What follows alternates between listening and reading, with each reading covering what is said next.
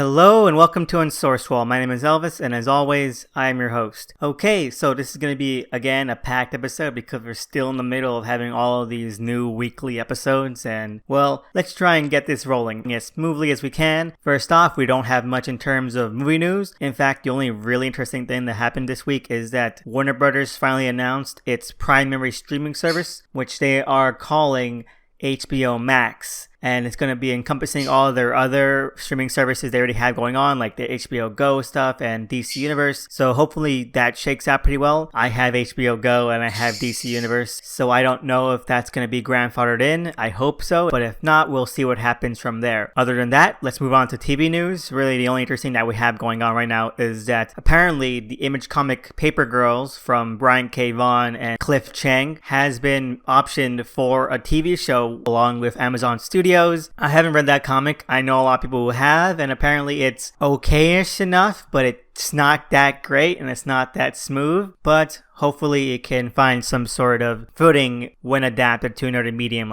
And well, the premise, I think, does leave that open for that chance. So, fingers crossed for that. And we have a wealth of comic news this week. First and foremost is that apparently John Constantine is being reinserted back into the Vertigo universe, at least this time under the Black Label Sandman universe banner that they have going on that is meant to be like this offshoot of the Vertigo stuff. So he's getting his own ongoing again, a new Hellblazer ongoing. Apparently it's going to be picking off from something seen in the original Books of Magic miniseries that Gaiman wrote, where you see an older John Constantine in a small cameo. That's to be interesting because we do see that older John Constantine at the end of the original Hellblazer 300, and I'm wondering whether or not that's going to be where it picks off from, or if that's going to be where that leads off from, because it was a very ambiguous ending to begin with, and it does have that leeway to do that. And now that we're getting this new ongoing, it even mentions in the solicit that Constantine reemerges unaged and with his memories intact, but having a world that has passed him by. He's wondering if history is repeating itself. So it makes me wonder if this is meant to be, well, the original Vertigo Constantine or not. There's been some arguments to either, and I think that, well, it would be kind of a shame and kind of a missed opportunity if it wasn't the original Vertigo Constantine, and that you're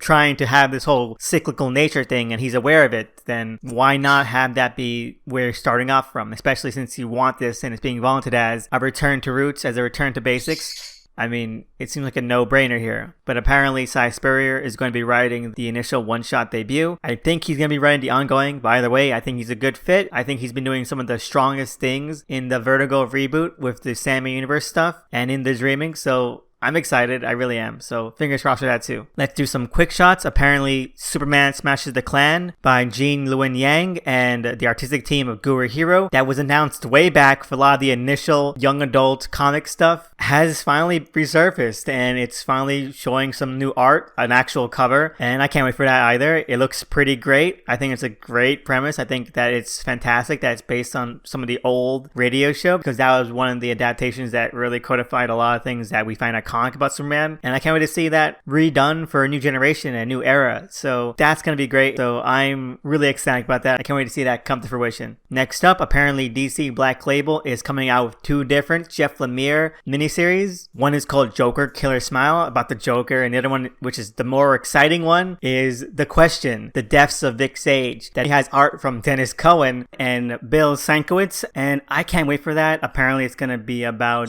well, kind of a whatever happened to the Cape Crusader style of thing, which very much like we just went over with Hellblazer and how they're rebooting that. Apparently the Question will start to realize that he has been endlessly reoccurring in Hub City again and again, semi-Hawkman-esque throughout the centuries, and that he is on the case to figure out why. It promises to be half spiritual, half mystical, and well, I really hope that Jeff Lemire can really pull it off, because honestly, most of his DC stuff has been complete and utter shit. I really hope this is good. Vic deserves that. The Question deserves that. The amazing art he has on tap right now with Cohen and Sienkiewicz deserve that immensely. Honestly, I really hope that he knocks it out of the park here. I honestly do. It would be a waste and a shame and tragic if it fell under pretty much the sway and the tone and the skill of any of his other DC works. Outside of Animal Man, I guess. So fingers crossed. I really hope that Lemire proves us all wrong. I really do.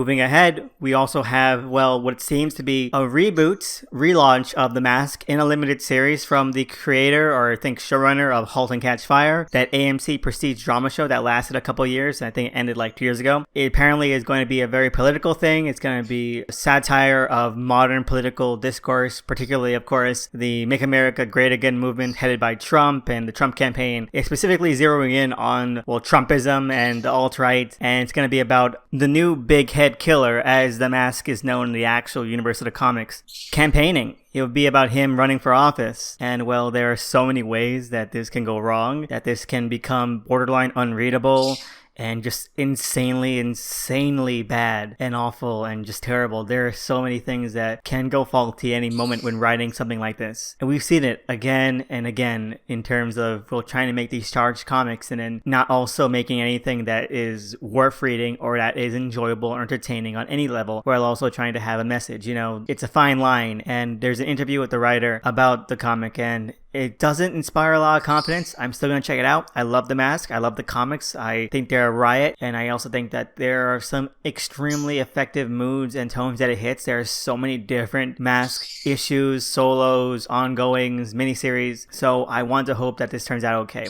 It definitely has potential. I'm not going to write up the premise off the bat. I know a lot of people have, although it's going to have to do a lot of work in the first issue that it comes out with to sell that premise, and fingers crossed for that too. And penultimately, we have the announcement that John Carpenter is going to be writing Joker one-shot for this whole Year of Villains event that Scott Snyder is doing across the DCU. I don't know what that's going to be about, but hopefully it turns out okay. And lastly, we have the announcement of Fantastic Four Grand Design, a companion piece / successor to X-Men Grand Design by Ed Piskor. This new 2-part series is going to be done by Tom Scioli, and it's going to be, well, a retelling of the Fantastic Four mythology in the same vein as X-Men. Now, Tom Scioli released last year a pitch of his for this project, and it was, I think, 4 prologue pages that detailed the origin of Galactus through his point of view, and it was actually pretty amazing. It was honestly so gripping, and it was fun and lively, and it was so captivating, and it was colorful and vibrant and unique. The preview pages that we have for Fantastic Four Grand Design as it is right now for the final product look less inspiring. They look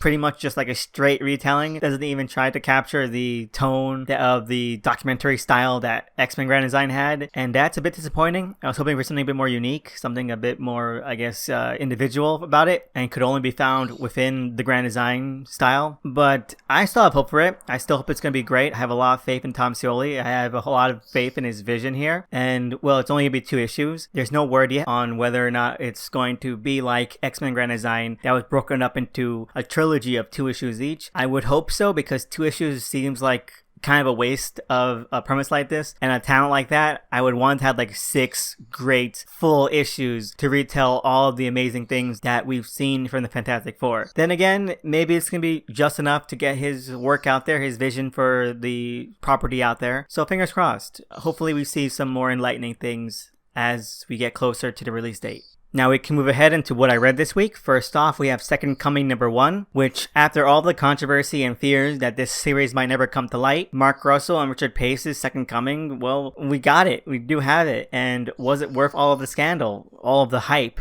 the anticipation? I guess my answer has to be more or less. I'm going to get this out of the way first. I can see why this series would be considered offensive. I've already seen a lot of takes on both sides about how offensive they took it and how they feel it's insensitive, or that it's proposing a lot of, well, very harmful ideas. Honestly, I can see why other people are saying that it's harmless and that it's bland with how it treats Christianity. But then again, I feel like everyone has a point here, because everyone has their own idea about Christianity and religion and all these other things that are tangled up in here. It just takes a lot of leaps and jumps with some of the most important teachings, and since it's played for satirical and comedic effect, sometimes they can just miss the mark of being poignant and just becomes, well, annoying. And for some, and well, for a lot, honestly, that's just being blasphemous for the sake of shock, or just being ignorant about what's considered blasphemy. Now, that's not what the series is all the time, but the lowest points of this issue are when that happens, and it does again and again, which is a shame, because it's going for some ignorantly low fruit, which hampers the stuff it does well and the actual heartening message it's trying to impart, both of which really speak to me, and that I feel is really captivating and sometimes honestly genuinely lovely. You get some of the old standards in this for sure,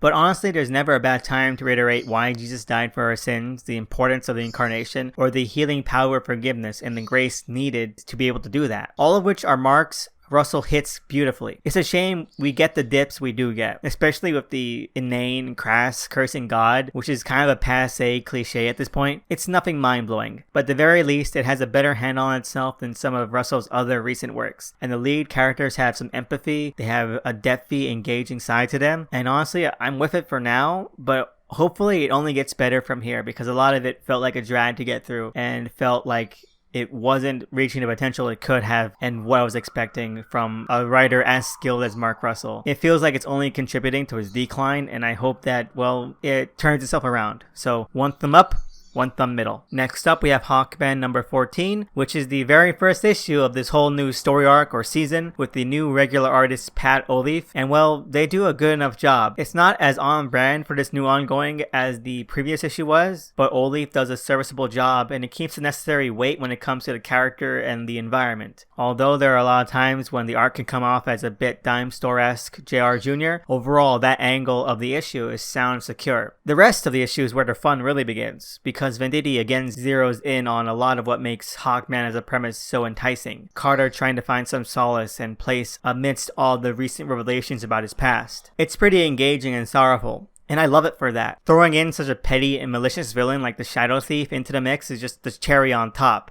It's heartbreaking to see Carter get so broken down by this guy, and one of the last messages he has is being taken by this douchebag, yet it's so darkly done with such an incisive stroke that I am all for it. I really want to see Carter come back out on top here, and I'm invested. I honestly am, which I'm surprised by because I was actually a bit cautious about how this issue and its arc was going to tie into Scott Snyder's Year of the Villain bullshit. But the issue goes at great lengths to downplay that as much as it can, as it instead focuses on building up Shadow Thief's status as one of Hawkman's iconic enemies on its own before even revealing that or even touching that. So yeah, that's a good start. I'm still with this series. I still think it has a lot of potential, and this was a great sort of, well, reinvigorating issue to start off this new story arc with, by again seeing Carter at this impasse and developing off from where he is from the final issue of the first story arc that had him very much questioning his place in the world. So I'm excited for it. One thumb up, one thumb middle. And lastly, let's do a quick shot. It's for Red Hood and the Outlaws. This latest issue I thought was okay. It ends the Prince of Gotham stuff and again ties into Year of the Villain, but it does so in a way that I think feels a lot more at heart with the whole Red Hood and the Outlaws sort of mission statement that began with Rebirth, with, you know, Jason trying to forge bonds here, and so now we're getting him teaching Legion of Doom Academy, or Generation Doom as the end text calls it. And I'm excited not only because we're leaving behind a lot of what that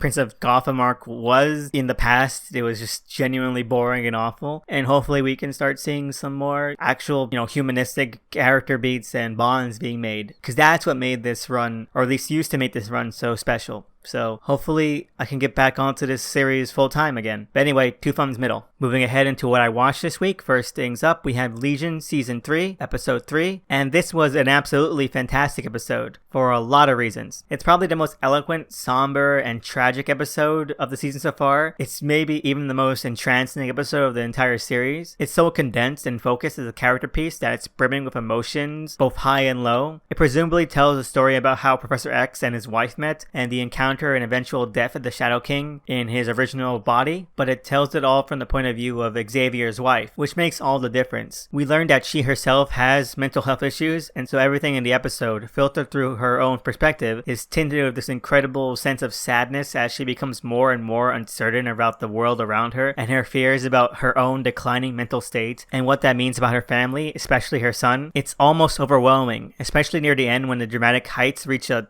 thunderous crescendo. The anxiety that her actress exudes is magical and tangible and just directly in your face, never relenting. What gives the episode some extra bite is how it's framed throughout by David astrally time traveling to try and protect his mother and his baby self from the Shadow King's soul, inadvertently ending up being the monstrosity that his father was trying to protect him from as a baby, that led him to be sent away from anything that would have given him, I guess, a little bit more security in the world, and also pretty much killing his mother mentally. So yeah, no, this is one of those episodes. And it is just so effectively dark and down and depressive, and I love it. I thought it was such a hard-hitting episode to really, I guess, pinpoint at this moment. And we get a lot of that in the visuals, especially one of David's soul we get for just a moment. And it is a horrible sight. It's an almost unrecognizable monster from the character we had been following for 2 seasons straight. It's terrible. And it adds to what was such an incredibly enigmatic episode overall.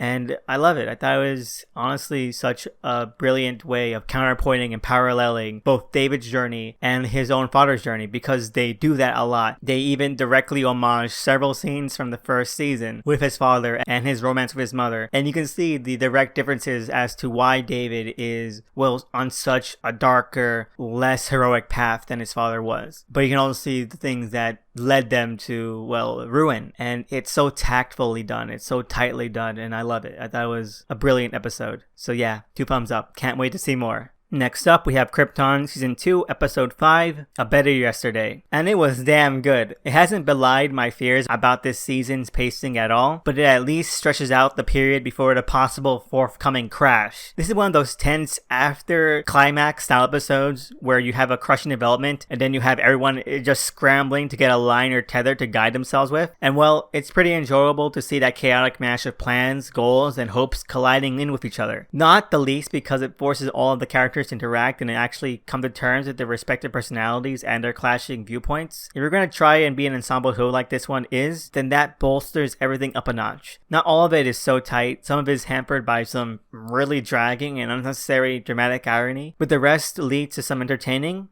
sometimes really funny back and forths. Even Seg himself gets in on the action, feeling more actualized than he has been in the last couple episodes, and getting some highlight moments with both Zod and Brainiac in the mix, which are spectacular. I still don't think that Seg himself is an interesting character, but there are some wonderful things that are done in this episode in trying to create dynamics with others. Both of the villains shine in their small beats of Seg, and kudos to all three because they pull it off, and it is maybe one of the best scenes, or best handful of scenes in the series so far, so it was pretty great. For as dark and dramatic as the episode tries to be, and it definitely does try, it's really in the humor, slight self-awareness, and edges into screwball comedy that keep this one afloat. It might lighten the experience up, but it also helps to keep the dramatic stuff from being too overbearing, since I don't think that any of that would have landed as impressively or as engaging as they would have wanted if they had played it so completely straight. So I'm still cautiously hopeful for next week, but honestly this was a really fun episode. I thought Seg was done well, I thought the villains were hilariously good, and I thought that at least every single subplot that we have here was definitely working toward, an engaging character core or a captivating plot beat in their own way. So this was definitely a tighter episode than we've seen in a while, but fingers crossed that keeps up. So can't wait for next week. 1 thumb up, 1 thumb middle. And finally, we have Swamp Thing, Episode 7, Brilliant Disguise. What a beautiful episode, I have to say that. Let me get this out of the way. Avery Sunderland's stuff is just so bad. The beats regarding the cables is fun enough in an over-the-top soapy way, but Sunderland himself is just awful. He has bad acting, his character writing is very loose, and he just doesn't work. The time spent on him is almost like time wasted. If nothing else, this episode at least opens up the arena for new primary antagonists and gives Maria a greater foothold in the conflict. Because of the two, Virginia Madsen is at least the one who's bringing it. Other than that, the rest of the episode is actually pretty enchanting. It's literally just a showcase for the dynamic and chemistry that's building up between Alec and Abby, and it builds it up perfectly. Crystal Reed and Andy Bean play off each other so well and so adorably that it's easy to fall into their budding romance as much as the characters themselves are. It takes its time to really show the ways they complement and feel for each other. For what makes up the brunt of the episode, it's a good place for it to hang its hat on. The relationship is cute, it's effective, and it once again makes me really disappointed this show was cut off so short. It's not a hefty chapter, but it's hefty in terms of the emotional building that they're doing here. There's a lot of groundwork being set down here, and each one of it is so important and it's executed so finely that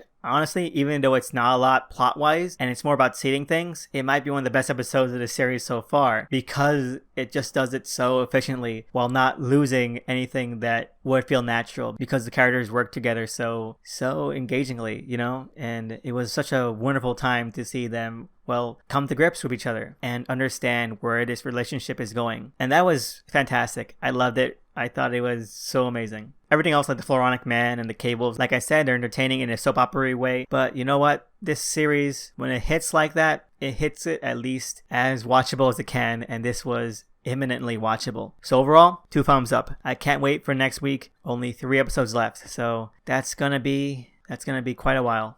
And there are no listener questions this week. I just want to say thank you to everyone out there who's ever sent in questions, comments, or topics. It means so much to me. You're all amazing, and I love answering them. So thank you so much for all of that beforehand. And I just want to say I'm so grateful for that. So if anyone out there has their own questions, topics, or comments they want to hear discussed on the show, you can always find me on Twitter at THE_SNICKMAN. And I want to give a shout out to the cover artist for this show at DOTEMCEE. They're amazing. Go check them out. I just want to say thank you so much for listening. Have a great week and see you again next time.